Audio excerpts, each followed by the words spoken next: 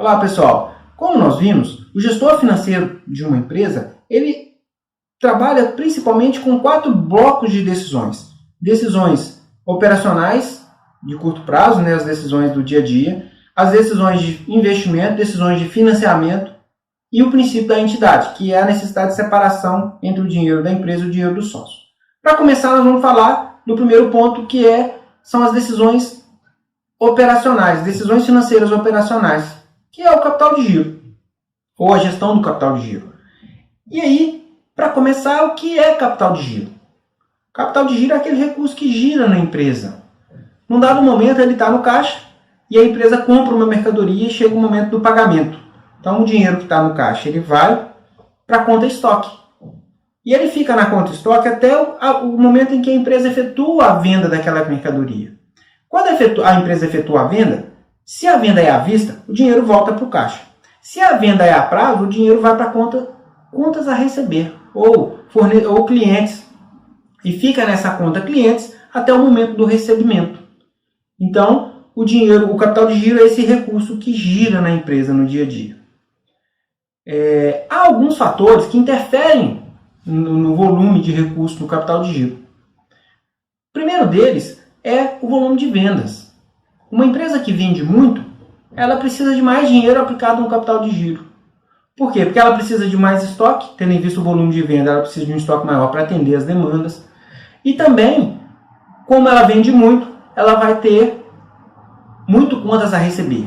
Agora, se uma empresa vende pouco, ela não precisa de um estoque muito elevado e também o contas a receber dela também não vai ser muito alto. Então, observem que o volume de vendas ele vai influenciar o capital de giro, o volume de capital de giro dentro de uma empresa. Outro fator importante é a sazonalidade. E para explicar a sazonalidade, eu vou usar o exemplo do ovo de Páscoa. A indústria de ovo de Páscoa, ela não produz todo o ovo de Páscoa que ela vai vender no ano num período curto de tempo. Ela produz num período maior, porque ela não tem capacidade produtiva. Muitas vezes não tem capacidade produtiva para produzir tudo de uma vez. Então ela começa a produzir para vender lá na Páscoa. E aí esse volume essa produção, ela gera estoque de matéria-prima, porque ela precisa comprar a matéria-prima com antecedência, gera estoque de produto acabado, porque ela produz o ovo e o ovo tem que ser armazenado até o momento da venda. E depois, na hora que ela vende, ela gera um volume grande de recursos no contas a receber, que só volta para o caixa da empresa quando os clientes da indústria pagam. E aí os clientes da indústria são os supermercados, as grandes as lojas onde nós, pessoas físicas, compramos o ovo de Páscoa. Então, um exemplo da sazonalidade seria o ovo de Páscoa. Além da sazonalidade, há outro fator, que são os fatos cíclicos da economia. Então, a economia ela passa por altos e baixos.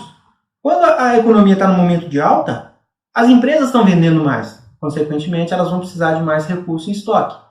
Se a economia passa no momento de baixa, e aí a gente tem um exemplo agora da pandemia, as empresas vendem menos. Consequentemente, o volume de recursos no capital de giro vai ser menor.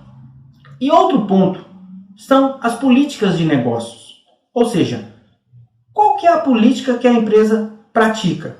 Se a empresa pratica uma política de venda à vista, ela vai ter pouco contas a receber ou 0 contas a receber. Por quê? Porque toda venda, na hora que ela vende, o dinheiro volta direto para o caixa. Se a empresa pratica uma venda a prazo, e aí no dia a dia, com a negociação com os clientes, isso é uma coisa muito comum, à medida que quanto mais prazo ela dá para o cliente, maior vai ser a quantidade de dinheiro que vai estar aplicado no capital de giro. Além disso, a própria concorrência interfere nessa política. Outra questão é da indústria. Por exemplo, tem empresas que trabalham com um estoque zero. É uma política. Eles jogam o estoque para o fornecedor. Mas no caso daquela indústria, ela não trabalha, ela trabalha com estoque zero, então ela vai precisar de pouco dinheiro no capital de giro. Então observem que, dependendo do negócio, dependendo da política utilizada pela empresa, pode ou não haver mais ou menos capital de giro dentro da empresa. Ok? Na sequência, a gente vai entender um pouquinho de como esse capital de giro, quais são as contas do capital de giro, principalmente, e como que ele é financiado. Então, quando a gente olha o capital de giro pela perspectiva do ativo, a gente observa que as principais contas são estoque e contas a receber. E as contas estoque e contas a receber, elas estão no ativo circulante operacional. Do lado do passivo, as principais contas são contas a pagar, que é passivo circulante operacional. Então, de um lado, estoque e contas a receber, do outro, o contas a pagar. Bom, a partir dessas contas, né, estoque e contas a receber, a gente pode visualizar o volume desse recurso num ciclo, que é o ciclo operacional. E o que é o ciclo operacional?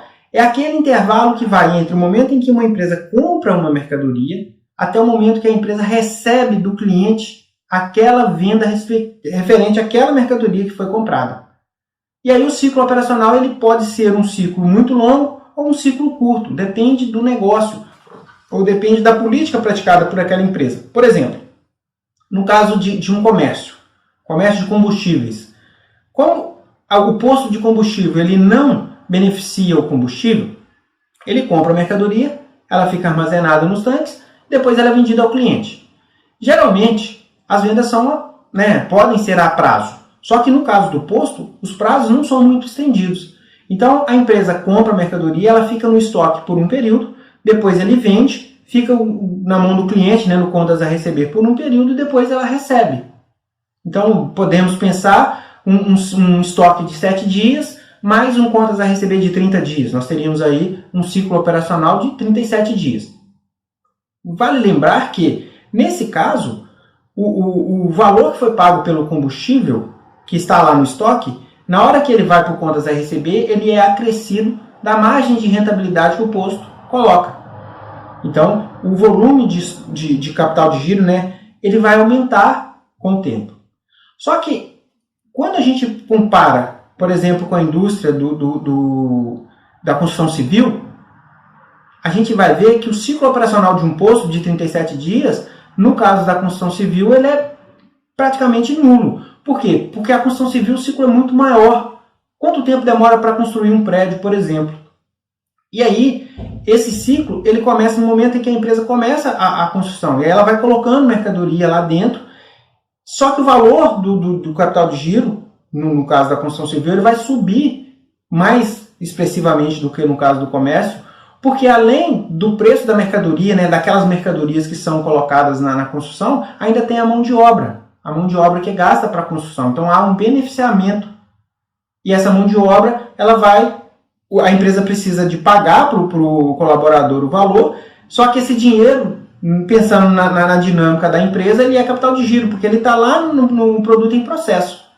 E a empresa só vai ver esse dinheiro de volta para o caixa da empresa quando terminar a obra, a empresa vender o produto e receber por aquele produto. Então, no caso da construção civil, o volume de recurso necessário para capital de giro é muito alto. No caso do posto de combustível, pode ser alto, mas o ciclo operacional dele é muito menor. Então, a ideia desse exemplo é a gente poder comparar essa lógica do ciclo operacional do posto com o ciclo operacional da construção civil, um muito diferente do outro. E no caso da construção civil, há esse acréscimo no capital de giro em função dos pagamentos de mão de obra que são necessários para a construção, para a obra. Bom, até aqui eu estou falando do capital de giro pela perspectiva de aplicação do ativo.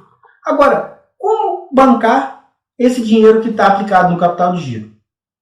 A empresa ela tem uma forma de bancar esse recurso, ou parte dele, a partir do fornecedores, do pagamento, do duplicatas a pagar, e a outra parte é o ciclo de caixa, ou ciclo financeiro.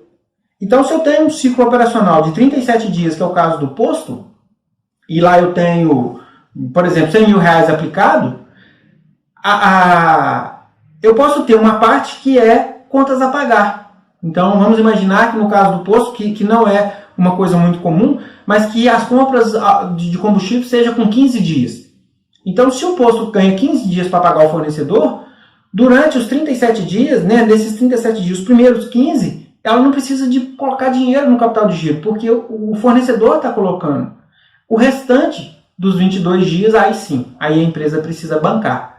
E esses 22 dias, esse volume de dinheiro que está é necessário para esses 22 dias, também é conhecido como a necessidade de capital de giro.